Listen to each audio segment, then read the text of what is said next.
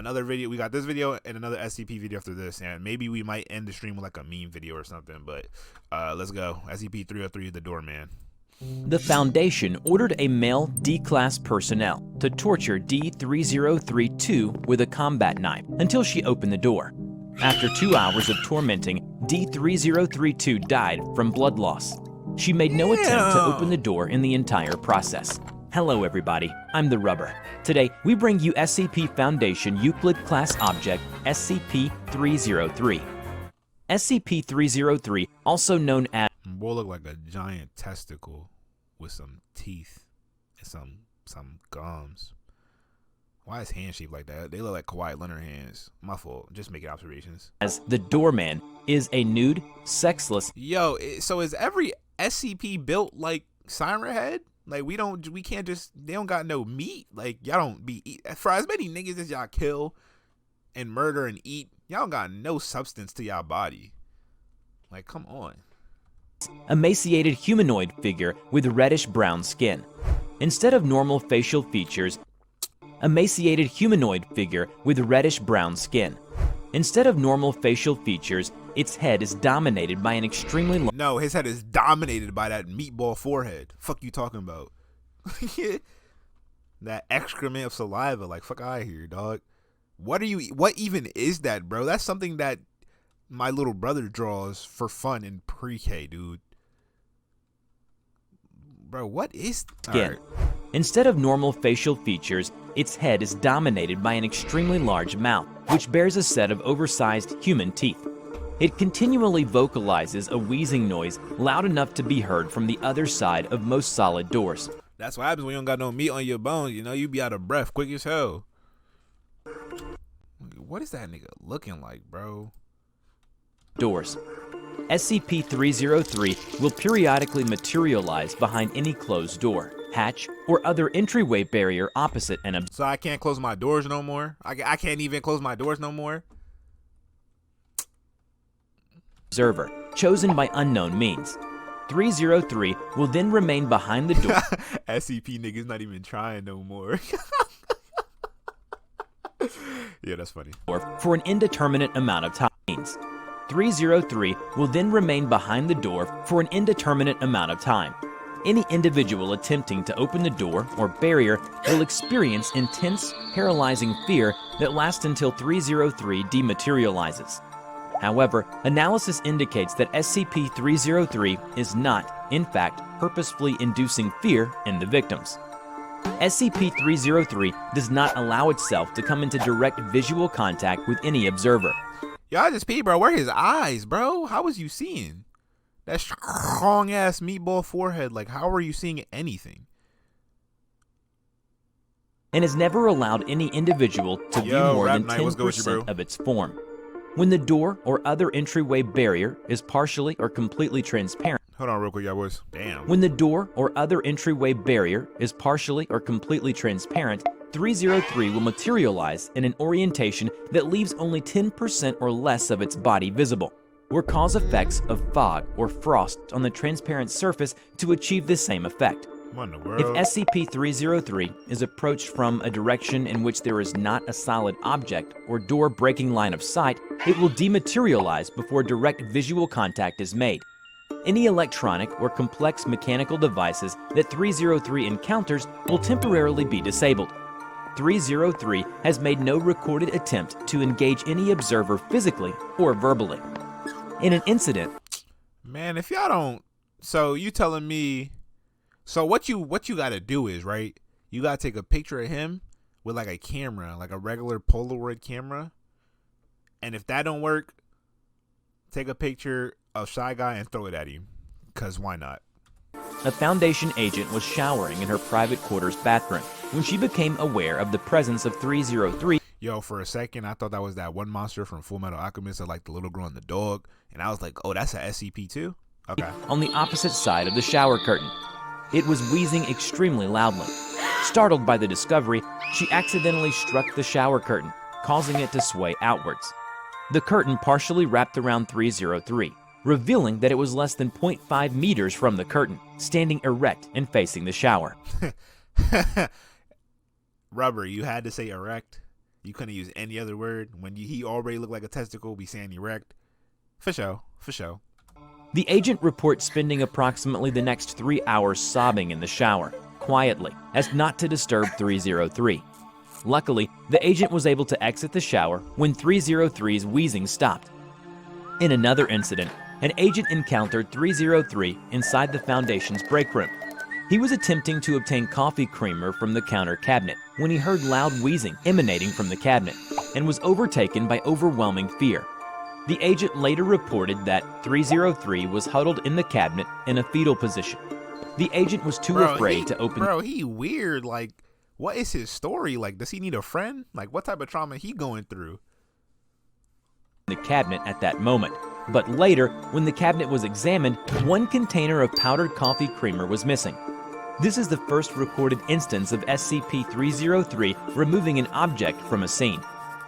After the object missing incident, a professor was discovered dead from dehydration in a second-floor storage room. It was estimated that the professor spent up to 5 days in the storage room before being discovered.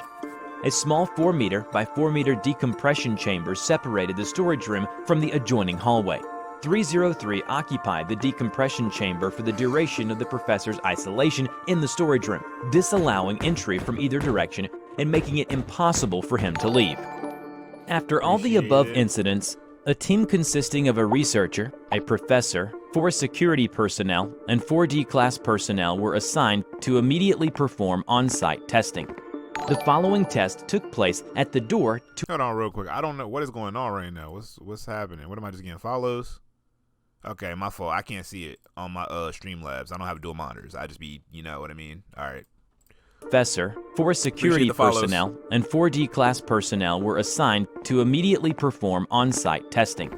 The following test took place at the door to a room from the first-floor hallway, which SCP-303 was reported to be within the room. One male D-class personnel, D3031, was ordered to open the door, and threatened that if he does not open the door, he would be transferred to another horrible SCP duty for non-compliance. He refused, citing extreme fear.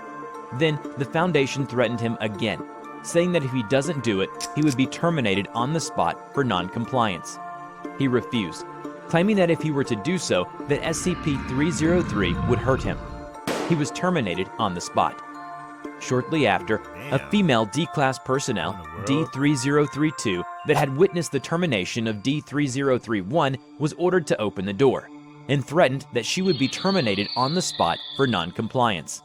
She refused, claiming that if she opened the door, that SCP-303 would hurt her. And although D3032 was not terminated, the Foundation ordered a male D-class personnel, D3033, to torture D3032 with a combat knife until she opened the door. After 2 hours of tormenting, D3032 died from blood loss. She made no attempt to open the door in the entire... Bro, ain't nobody trying to see that nutsack, bro. Don't nobody want to see that in their face. Isn't it obvious? Process. The Foundation once assigned Dr. Hessen to test on SCP-303, along with SCP-729-J. SCP-729-J is a soft toy that gives death stare and corrode anything or anyone who even catches a slight look at it. When Dr. Hessen was told to walk through the door with 303 on the other side while holding SCP-729-J, 303 promptly opened the door for Dr. Hessen and ushered her through before quickly exiting the room, with Dr. Hessen showing no sign of the usual fear response.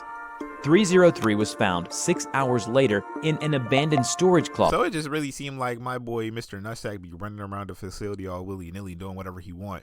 How many SCPs y'all got like this? Ain't no way this is why the SCP Foundation could never be real, because there's way too many of these fuckers running around doing whatever they want.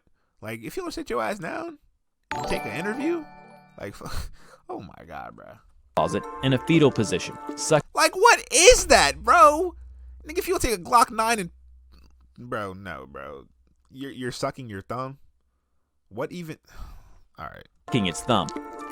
SCP-303 appears to have claimed the second-floor storage room as its own. It has so far disallowed any personnel entry to the room since May 4th of 2010. It leaves periodically to acquire Foundation property, which is then moved into the second-floor storage room. To date, 303 has acquired 1 cryotube, 3 sets of standard Foundation surgical equipment, 2 D-class research cadavers, 1 gasoline-powered generator, a variety large quantities of chemicals, and also a container of powdered coffee creamer. In addition to this, a number of classified materials have been obtained by SCP-303. Staff are still attempting to determine what specific purposes SCP-303 may have for these materials. 303 was also suspected of stealing SCP-573 and SCP-899. Now he's stealing SCPs. Fuck, is he God? We don't got no containment procedures for this fucker. Y'all just excuse my French. I keep cursing, bro. But like, bro, he's stealing SCPs. Like, where's Dr. Bright? Like, my guy. Who? All right. This incident was recorded in Site-62's containment breach record. It was about 1:34 a.m. that day, and 303 manifests outside Site-62's main entrance. Security personnel were panicking and fleeing. 10 minutes later, 303 opens Site-62's main entrance doors. Video feeds overcome with static for a period of 36 seconds. Video blackout follows possible route of entity through site. Then, a SCP personnel reported seeing 303. It headed towards inanimate SCP storage vaults. Security team was tasked to contain 303 immediately. After about 20 minutes, the entire security team was incapacitated by SCP-303. 303 exits Site-62 unopposed, and video interference finally ceases. Security later reports an overwhelming feeling of terror, preventing them from acting against 303.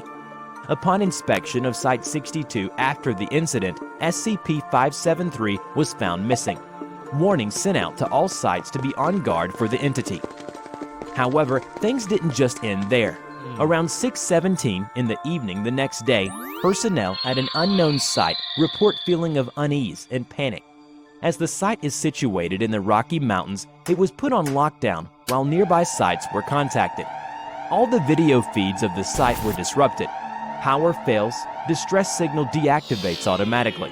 The site was unresponsive to outside contact. After an hour, MTF Alpha 16 finally arrived at the site, but all personnel found dead of evisceration or remain missing. MTF fails to verify location of anomaly housed at the site. SCP-899 declared missing. As SCP-303 has not yet been known to travel beyond the boundaries of an unknown site of the SCP Foundation, the entire area of the site is currently considered as SCP-303's containment area. All rooms in the site are to be altered, as to have 2 entrances separated by a distance of 10 meters or line of sight. Personnel are to be distributed evenly throughout the facility, with available radio or intercom contact so that encounters may be resolved quickly. Personnel who witness SCP-303 are to be submitted for immediate psychiatric evaluation.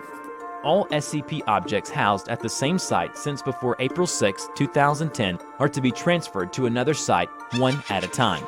Before we end this video, we are proud to present these incredibly sweet pieces of fan art. A big thank you to all. Shout out to all the beautiful people giving my boy fan art, bro. Again, I'm gonna say this once again. When I get my fan art like these, it's over for the world. I promise you, bro.